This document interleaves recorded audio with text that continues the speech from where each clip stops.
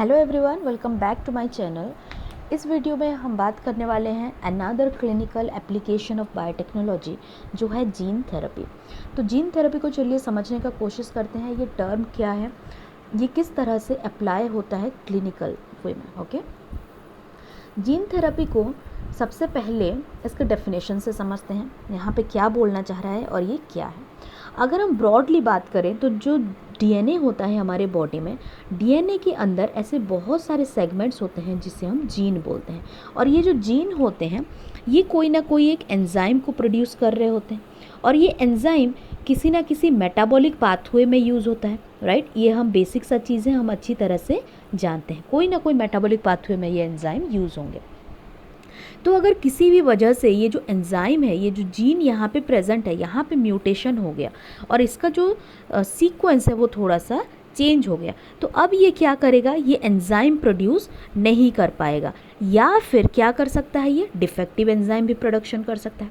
तो ये defective enzyme अब ये मेटाबॉलिक पाथवे में यूज़ नहीं हो सकते, और जो नॉर्मल सा एक मेटाबॉलिक पाथवे होगा उस पाथवे को ये हैम्पर करने लग जाएंगे। तो ये है बेसिक चीज़ जिसे हम बोलते हैं जेनेटिक डिफेक्ट और जीन डिफेक्ट। मतलब जीन में एक ऐसा डिफेक्ट आ चुका है ड्यू टू म्यूटेशन और ड्यू टू सम रीज़न, जिसकी वजह से कि जो फंक्शनल एंजाइम उसे प्रोड्यूस करना था वो अब प्रोडक्शन नहीं करके कोई एक डिफेक्टिव एंजाइम का प्रोडक्शन कर रहा है, और जिसके वजह से कि किसी ना किसी तरह से हमारे सेल में कुछ ना कुछ प्रॉब्लम्स आ रहे हैं। हम जानते हैं ये जेनेटिक डिफेक्ट है, इसका मतलब ये जीन लेवल पे है और ये पेरेंट्स से इनहेरिट हो रहा है। ओके, ये याद रखने वाली बात है। तो जीन थेरेपी क्या होता है, ये वो मेथड्स होते हैं, वो सारा मेथड्स जिससे कि हम ये कोशिश करते हैं कि यहाँ पे जो चेंज हुआ है इस पर्टिकुलर जीन में, इसे करेक्ट कर सकें। हमने बायोटेक्नोलॉजी में एक चीज़ तो पढ़ लिया है कि कोई भी जीन हो, ओके, कोई भी जीन हो, उसे हम क्या कर सकते हैं, किसी दूसरे स्पीसीज़ में या फिर किसी दूसरे इंडिविजुअल में उसको हम लोग ट्रांसफ़र कर सकते हैं। तो किसी तरह अगर ये जो जीन है जो कि म्यूटेटेड हो चुका है और ये नॉन फंक्शनल एंजाइम या डिफेक्टिव एंजाइम प्रोड्यूस कर रहा है, वहाँ पे हम एक फंक्शनल जीन को लाके अगर रख देंगे तो वो उस पर्टिकुलर सेल में फंक्शनल एंजाइम का प्रोडक्शन करने लगेगा, और जो मेटाबॉलिक पाथवेज हैं वो नॉर्मली चलते रहेंगे। ओके, तो ये सारे जो मेथड्स हैं इसको करेक्ट करने का, ये सारे मेथड्स को हम जीन थेरेपी बोलते हैं। तो ये डेफिनेशन आपसे कई बार पूछा गया है बोर्ड एग्जाम्स में, तो इसको अच्छे से आपको याद रखना है। ये डेफिनेशन क्या कहना चाह रहा है कि gene therapy is a collection of methods that allows the correction of a gene defect that has been diagnosed in a child and embryo। कोई भी चाइल्ड है, कोई भी एम्ब्रियो है, उसमें जैसे ही आपने कोई जेनेटिक डिफेक्ट को आइडेंटिफाई कर लिया तो उसको आप करेक्ट करना चाहते हैं, वो सारे जो मेथड्स होते हैं उनको मिला के हम जीन थेरेपी बोल देते हैं। तो चलिए सबसे पहले हम देखते हैं कि पहला जीन थेरेपी कैसे हुआ था, आइडेंटिफाई कैसे हुआ, इसको हमने करेक्ट कैसे किया। तो इसको समझने से पहले एक एंजाइम के बारे में हम समझते हैं जिसका कि डेफिशिएंसी और जिस एंजाइम का डिफेक्ट को हमने करेक्ट करने का कोशिश किया था, वो एंजाइम का नाम है एडेनोसिन डी एमिनेज। ओके, इसका नाम है एडेनोसिन डी एमिनेज, और इसका काम है सेल में जब किसी भी डीएनए में डैमेज होता है, ओके, जब डीएनए में डैमेज होता है तो उसमें क्या हो जाता है, सेल उस डीएनए को ब्रेक करने लगता है, या फिर कभी कभी रिपेयर भी हो सकता है, लेकिन मोस्ट ऑफ द टाइम अगर ज़्यादा बड़ा डैमेज हो गया है सेल में तो सेल उसको पूरा ब्रेक डाउन कर लेगा डीएनए को और खुद मर जाएगा। ओके, तो उस केस में क्या होता है, ये जो एडेनोसिन मॉलिक्यूल्स होते हैं और डीऑक्सी एडेनोसिन मॉलिक्यूल, आप जानते हो डीएनए में डीऑक्सी एडेनोसिन मॉलिक्यूल्स प्रेजेंट होते हैं। ओके, डीएनटीपीज का नाम आपने सुना होगा, जबकि जो कि एस फेज में जब डीएनए का सिंथेसिस होता है तो यही मॉलिक्यूल्स क्या होते हैं, पॉलीमराइज होते हैं, एनटीपीज। राइट, तो यहाँ पे डीऑक्सी एडेनोसिन मॉलिक्यूल से ये एंजाइम क्या करता है, एक और मॉलिक्यूल का फॉर्मेशन करता है। मान लेते हैं कोई एक्स मॉलिक्यूल है, उतना ज़्यादा डिटेल में जाने की ज़रूरत नहीं है। अगर आप स्पेसिफिकली बात करें तो ये डीऑक्सी आयोनोसिन मॉलिक्यूल्स होते हैं। ओके, आयोनोसिन मॉलिक्यूल्स होते हैं, और ये कन्वर्जन की ज़रूरत क्यों पड़ती है? क्योंकि ये जो डीऑक्सी एडेनोसिन मॉलिक्यूल्स होते हैं ये स्लाइटली टॉक्सिक मॉलिक्यूल्स होंगे। ओके, ये स्लाइटली टॉक्सिक होते हैं और ये आयनोसिन मॉलिक्यूल्स जो होते हैं ये लेस टॉक्सिक होते हैं। हालांकि ये डीऑक्सी एडीए जीन जो होता है वो हर एक सेल में प्रेजेंट होगा बॉडी का। ओके, लेकिन ये टी लिम्फोसाइट्स में काफ़ी ज़्यादा एक्टिव रहता है।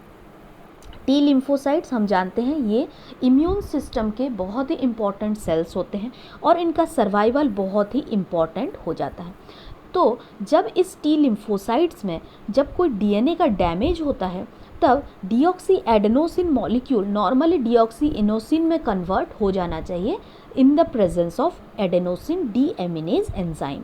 लेकिन अगर इस एडीए जीन में कोई डिफेक्ट हो जाता है, मान लेते हैं ये एक एडीए जीन है और यहाँ पे इस जीन में कुछ डिफेक्ट हो गया। डिफेक्ट होने के बाद क्या होगा, अब फंक्शनल एडेनोसिन डीएमिनेज का फॉर्मेशन नहीं होगा। अगर इसका फॉर्मेशन ही नहीं हुआ तो डीऑक्सी एडेनोसिन जो कि टॉक्सिक सब्सटेंस है वो अब इसी इनोसिन सब्सटेंस में कन्वर्ट नहीं हो पाएगा और ये जो टॉक्सिक सब्सटेंस है ये टी लिम्फोसाइट में एक्यूमुलेट होते चलेंगे। ओके, और हम जानते हैं टी लिम्फोसाइट बोन मैरो में रहते हैं या फिर थाइमस में मैच्यूरेशन के लिए आते हैं, तो वहाँ पे ये डीऑक्सी एडेनोसिन का अमाउंट बढ़ने लगेगा और टॉक्सिसिटी लेवल भी इंक्रीज़ होने लगेगी, जिसके वजह से कि टी लिम्फोसाइट्स का नंबर जो है वो कम होने लगेगा। ये खुद टॉक्सिसिटी की वजह से मरने लगेंगे। और जैसे ही हमारे बॉडी में टी लिम्फोसाइट का नंबर डिक्रीज़ हो गया तो हम जानते हैं टी लिम्फोसाइट जो होता है इम्यून सिस्टम के बहुत इंपॉर्टेंट सेल्स होते हैं और इनका नंबर अगर कम हो गया तो जो इम्यूनिटी है वो कंप्रोमाइज़ होने लग जाएगी। तो इसी वजह से जिन पेशेंट्स में एडीए जीन में डिफेक्ट होता है उनके जो इम्यूनिटी होते हैं, इम्यून पावर जो होता है ओके वो कम होने लग जाता है और उनमें इन्फेक्शंस का रेट जो है काफ़ी ज़्यादा बढ़ने लग जाता है। अपॉर्चुनिटिक्स माइक्रो ऑर्गेनिजम्स जो कि नॉर्मली हमारे बॉडी में अटैक नहीं कर पाते हैं, लेकिन अगर इम्यून सिस्टम किसी तरह से कॉम्प्रोमाइज्ड हो तो वो आके ईजिली अटैक कर जाते हैं, वो सारे डिजीज़ उन पर्सनस को होने लग जाएंगे और ये काफ़ी ज़्यादा प्रॉब्लमेटिक हो जाते हैं जब काफ़ी इम्पॉर्टेंट डिजीज़ आपको मतलब देखने लग जाएंगे उन पेशेंट्स में और वो हार्डली 3 to 4 ईयर या 5 ईयर में उनका डेथ हो सकता है। तो हम यहाँ पे जो सबसे पहला जीन थेरेपी का मेथड यूज़ किया गया था, सबसे पहले इसी जीन को, इसी डिफेक्ट को जिसे कि एडीए डेफिशिएंसी बोला जाता है, एडीए जीन में म्यूटेशन के वजह से ये एडीए एंजाइम का सिंथेसिस नहीं हो पा रहा है, इसी जीन को सबसे पहले करेक्ट करने का कोशिश किया गया था। तो चलिए देखते हैं कब किया गया, कैसे ये किया गया था।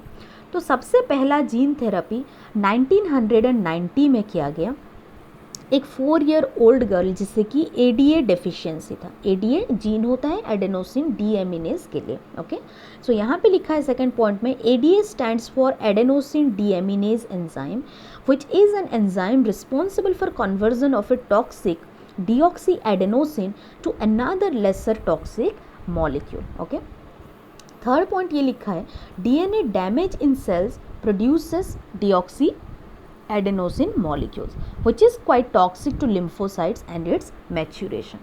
वैसे तो हर जगह हर एक सेल में प्रोडक्शन होगा, अगर किसी एडीए जीन में डिफेक्ट है तो बॉडी के हर सेल में ये टॉक्सिक सब्सटेंस का एक्यूमुलेट होने लगेगा, लेकिन ये सबसे ज़्यादा इफेक्ट करता है टी लिम्फोसाइट्स को क्योंकि ये काफ़ी ज़्यादा टॉक्सिक उनके लिए है। ओके, सो यहाँ पे फोर्थ पॉइंट जो कि बहुत इंपॉर्टेंट है, काफ़ी बार ये पूछा गया है, ये है कि so the defect of the ADA gene leads to accumulation of deoxyadenosine in T cells and results in their premature death, hence compromised immune system. Okay, चलिए देखते हैं सबसे पहला ये कब किया गया। हमने देखा 1990 में सबसे पहले किया गया था। एक 4 ईयर की गर्ल थी जिसका नाम है अशांति डी सिल्वा। ओके, ये वो गर्ल है जिसको कि एडीए डेफिशिएंसी था और इसके ऊपर एक एंजाइम जो कि फंक्शनल एडीए एंजाइम है वो इसमें ट्रांसफ्यूज़ किया गया। तो ये कैसे किया गया था, हम क्या जानते हैं हमने जब बायोटेक्नोलॉजी पढ़ा तब हम ये जानते हैं कि सबसे पहले हमने एक डिज़ायर्ड जीन लिया और यहाँ पे वो डिज़ायर्ड जीन क्या होगा, एक फंक्शनल एडीए का जीन होगा। तो इस फंक्शनल एडीए के जीन को हमने क्या किया, डिज़ायर्ड सेल में हम डालना चाहते हैं, उसके लिए हमें एक वेक्टर की ज़रूरत है। और हम ये अच्छी तरह से जानते हैं कि ह्यूमंस में या जो एनिमल्स में वेक्टर यूज़ होता है वो रेट्रोवायरस होता है। तो हमने इसी रेट्रोवायरस के अंदर इस डीएनए को इंसर्ट कर दिया। ओके, अब इंसर्ट करने के बाद हमने इस पेशेंट का जो टी लिम्फोसाइट है वो सेल को निकाला। उसके बाद इस सेल के अंदर ये वेक्टर को हमने इंसर्ट कर दिया। इंसर्ट करने के बाद अब हमने क्या किया, टी लिम्फोसाइट को ग्रो करने दिया लैब में। ओके, लैब में टी लिम्फोसाइट का नंबर हमने इंक्रीज़ कराया और फाइनली हमने क्या किया, इस टी लिम्फोसाइट को इस पेशेंट के अंदर ट्रांसफ़र कर दिया।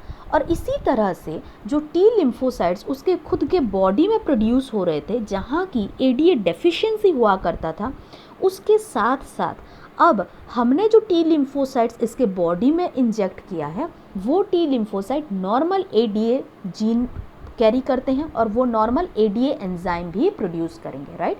तो इसके बॉडी में अब क्या हो गया, फंक्शनल एडेनोसिन डीएमिनेज एंजाइम का प्रोडक्शन होने लग गया। भले ही उसके बॉडी में पहले से बहुत सारे टी लिम्फोसाइट्स प्रेजेंट हैं और वो non functional ADA enzyme produce कर रहे हैं, लेकिन उसके साथ साथ ये अभी फंक्शनल एडीए एंजाइम का भी प्रोडक्शन करने लगेंगे और इसका जो इम्यून सिस्टम है वो एनहांस होने लगेगा। ओके, तो ये एक बेसिक सा कॉन्सेप्ट है जिसे कि हम जानते हैं, बायोटेक्नोलॉजी हमने पढ़ लिया है तो हम जानते हैं ये किस तरह से यूज़ होता है। इसी टेक्नोलॉजी का यूज़ करके हमने इस चाइल्ड को ट्रीट किया। लेकिन प्रॉब्लम ये आया कि जैसे ही टी लिम्फोसाइट को हमने इंजेक्ट किया, हम जानते हैं कोई भी सेल होता है तो उसका एक पर्टिकुलर लाइफ स्पैन होता है, राइट। तो हमने एक बार अगर फंक्शनल टी लिम्फोसाइट्स को इंजेक्ट कर दिया तो ऐसा तो नहीं है कि वो लाइफ टाइम तक वैसा का वैसा ही रहे वो टी लिम्फोसाइट, कुछ टाइम बाद उसका डेथ हो जाएगा डेफिनेटली।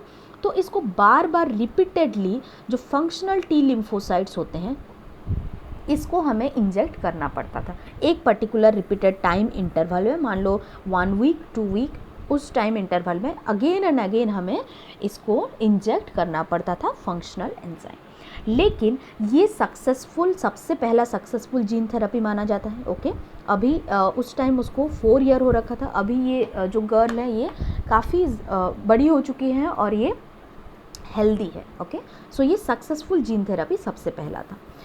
अब बात करते हैं कि अगर हम किसी भी डिफेक्टिव जीन को करेक्ट करना चाहते हैं तो हम कहाँ कौन कौन सा अप्रोच यूज़ कर सकते हैं।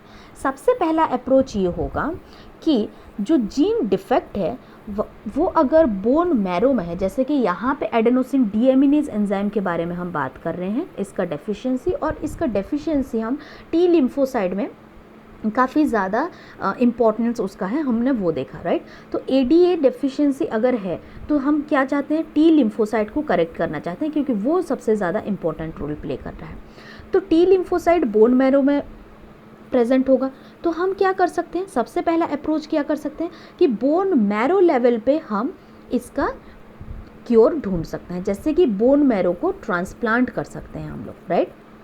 क्योंकि बोन मैरो ही एक ऐसा रीज़न है जो कि टी लिम्फोसाइट और बी लिम्फोसाइट का प्रोडक्शन करता है, और अगर उसी को हम, अब इस बोन मैरो में एडीए डेफिशिएंसी हो चुका है, राइट, इसके जीन में यहाँ पे जो सेल्स प्रेजेंट हैं, तो अब अगर हमने इस बोन मैरो को निकाल के कोई ऐसा बोन मैरो हमने यहाँ पे ट्रांसफ़र कर दिया जो कि फंक्शनल एडीए जीन कैरी करता है, तो वहाँ से जितने भी सेल प्रोड्यूस होंगे तो वो सारे के सारे फंक्शनल एडीए कैरी कर रहे होंगे, राइट। तो ये एक अप्रोच है। दूसरा अप्रोच क्या है, अगर बोन मैरो को हम टारगेट नहीं कर पाए तो दूसरा अप्रोच है enzyme replacement therapy.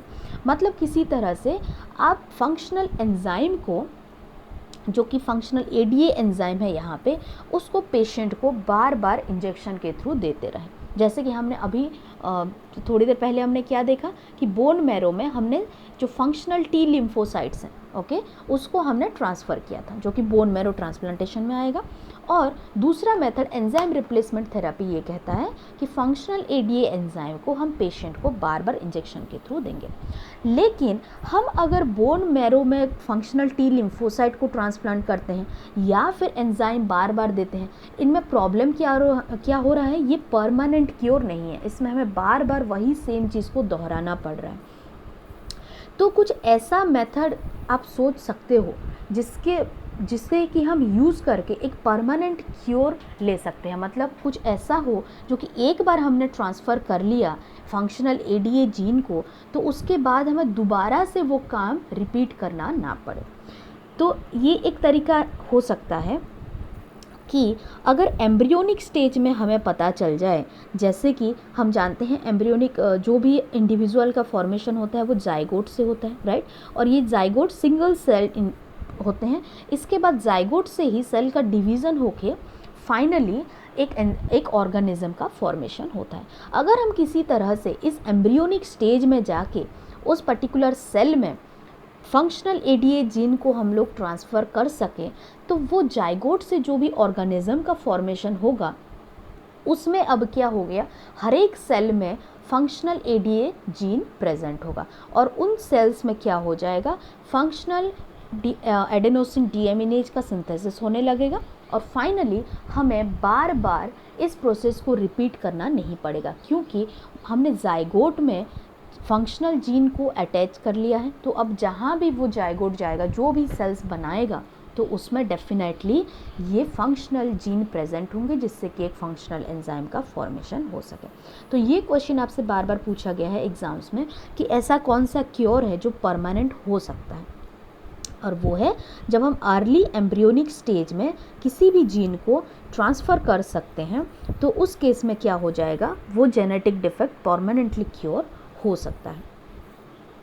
So hope कि आपको यहाँ तक समझ में आया होगा। मैं एक बार ब्रीफली समराइज़ कर देती हूँ कि हमने क्या पढ़ा यहाँ पे। तो सबसे पहले हमने देखा जीन थेरेपी का डेफिनेशन, उसके बाद हमने देखा एक क्योर, ओके, एक डिजीज़ के बारे में देखा जो कि डीऑक्सी एडेनोसिन डेफिशिएंसी की वजह से हो रहा है, ओके।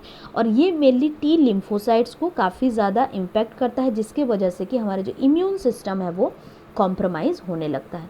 तो हमने क्या किया, सबसे पहला जो जीन थेरेपी है सक्सेसफुल हुआ था 1990 में, एक 4 ईयर ओल्ड गर्ल में ये किया गया था, ओके। और ये जो जीन थेरेपी था ये कैसे किया गया, एक फंक्शनल एडीए जीन को हमने रेट्रोवायरल वेक्टर की मदद से टी लिम्फोसाइट के अंदर हमने इसको ट्रांसफ़र कर दिया। और जैसे ही टी लिम्फोसाइट के अंदर हमने ट्रांसफ़र किया, इस टी लिम्फोसाइट को पेशेंट के अंदर हमने डाल दिया और बार बार हमें ये ट्रांसफ्यूज़न करना पड़ता था, क्योंकि जो टी लिम्फोसाइट्स होते हैं उनका एक स्पेसिफिक लाइफ स्पैन होता है जिसके बाद कि उनका डेथ हो जाता है। और ट्रांसफ़र करने के बाद क्या हुआ, ये पेशेंट में एडेनोसिन डीएमिनेज एंजाइम जो है वो फंक्शनल एंजाइम का सिंथेसिस होने लगा, और जिसके वजह से कि जो टी लिम्फोसाइट में टॉक्सिसिटी हुआ करता था वो रिड्यूस हो गया और जो पेशेंट थे उनके जो इम्यून सिस्टम है वो एनहांस होने लग गए। तो ये बेसिक सा एक चीज़ है जीन थेरेपी के बारे में जो कि बहुत इंपॉर्टेंट है एग्ज़ाम पॉइंट ऑफ व्यू से। सो होप कि आपको ये समझ में आ गया होगा। So thank you for watching this video.